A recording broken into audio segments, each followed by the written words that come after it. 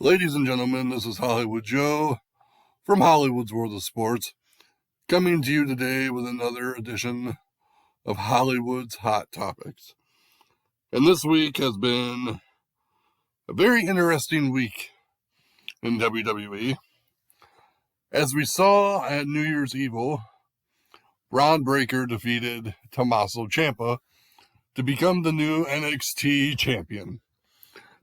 And now, here we are, coming down to the end of the week, and WWE has released multiple people from the NXT staff. People like William Regal, Samoa Joe, Gabe Sapolsky, Allison Danger, Timothy Thatcher, Danny Burch, and a handful of others. You know, NXT has gone through a lot of changes over the last 6 to 8 months. As we've noticed, the NXT Black and Gold brand is officially dead and gone, and it was replaced with NXT 2.0. And this week has solidified that the NXT Black and Gold brand is a thing of the past. And with that being said, I'm just going to make the bold statement right here and right now, and people might disagree with me.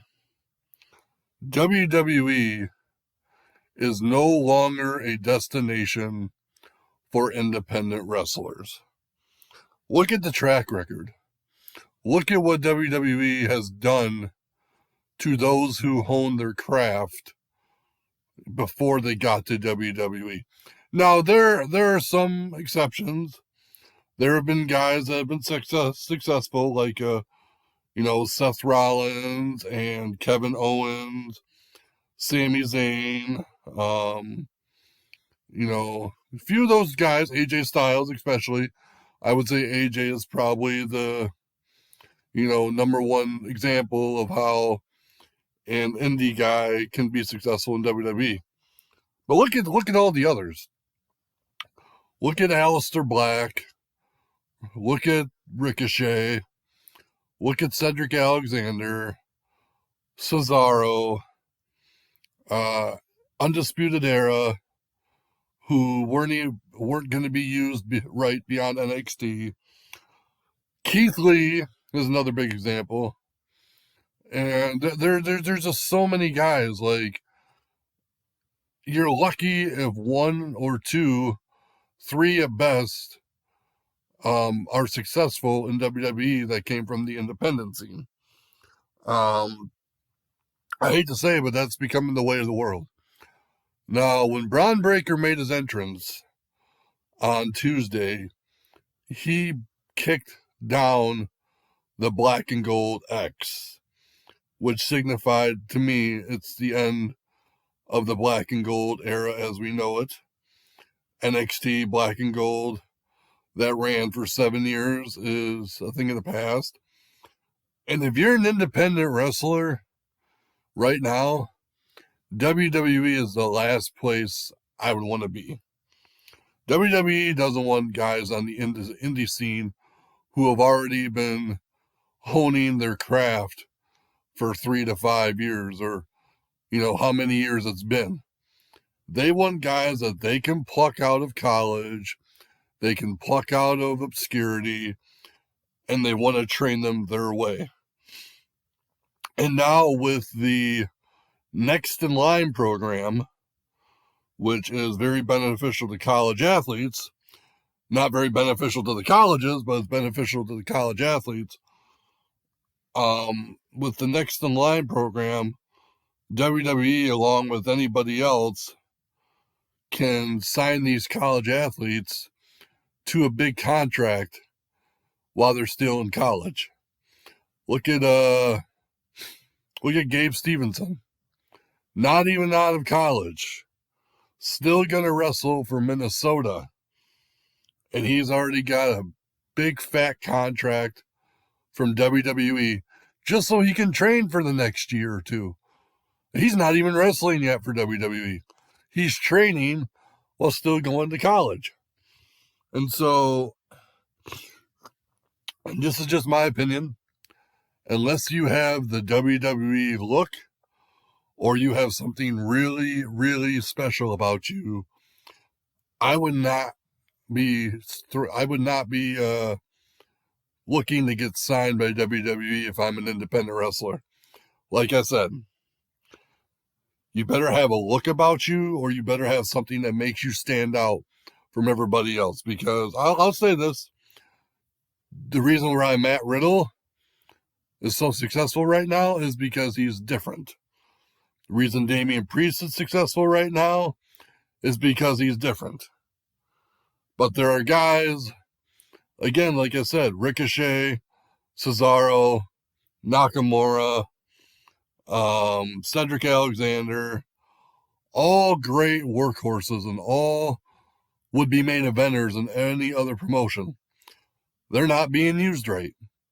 Same could be said for Apollo Crews. Not being used right. So again, if you're an independent wrestler, I would be shooting for AEW. I would be shooting for Impact Wrestling. I would be shooting for New Japan Pro Wrestling. I'd be shooting for Major League Wrestling. There's other big time independent promotions out there that people follow big time. Like GCW or PWG.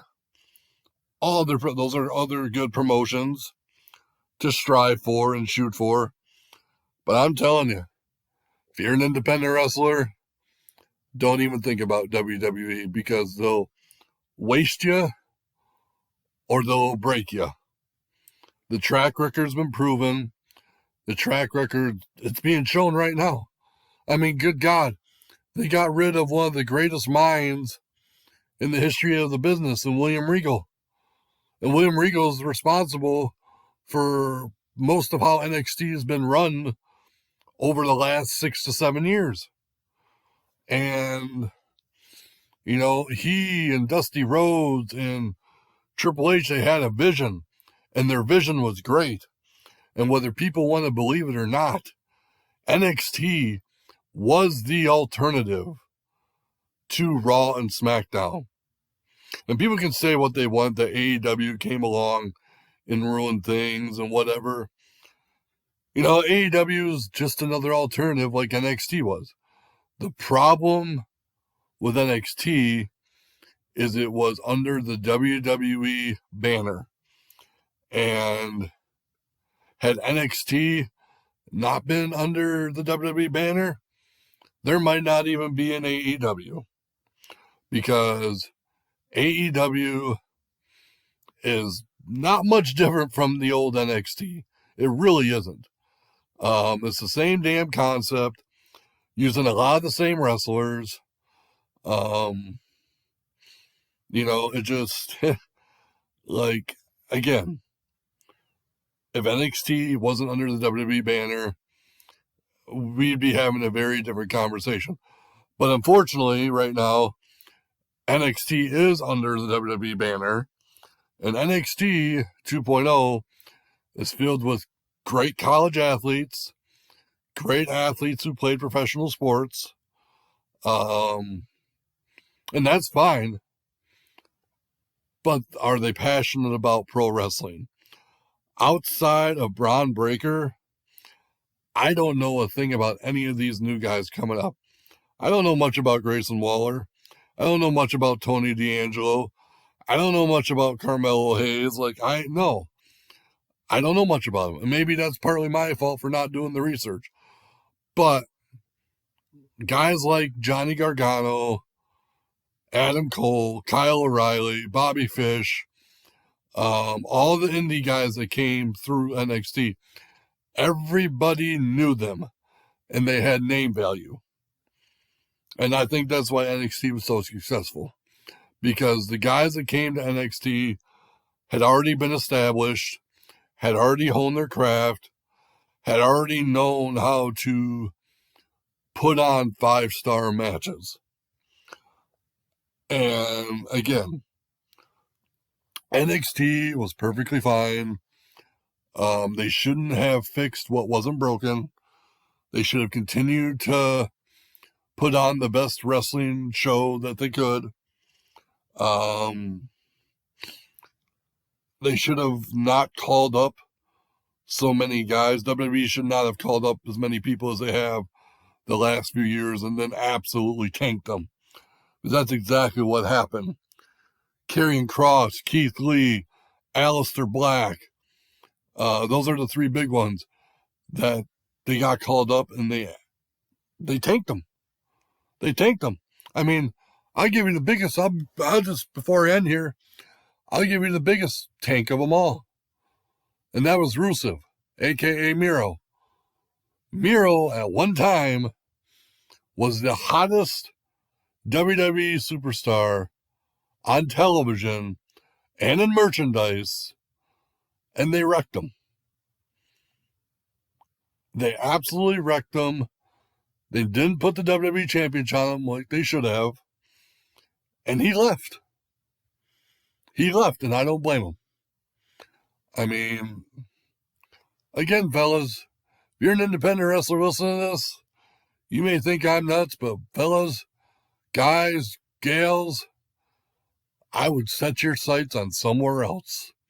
Because WWE is not the place to be for independent wrestlers right now. So, with that being said, my name is Hollywood Joe from Hollywood's World of Sports, reminding you as always, controversy doesn't come without criticism.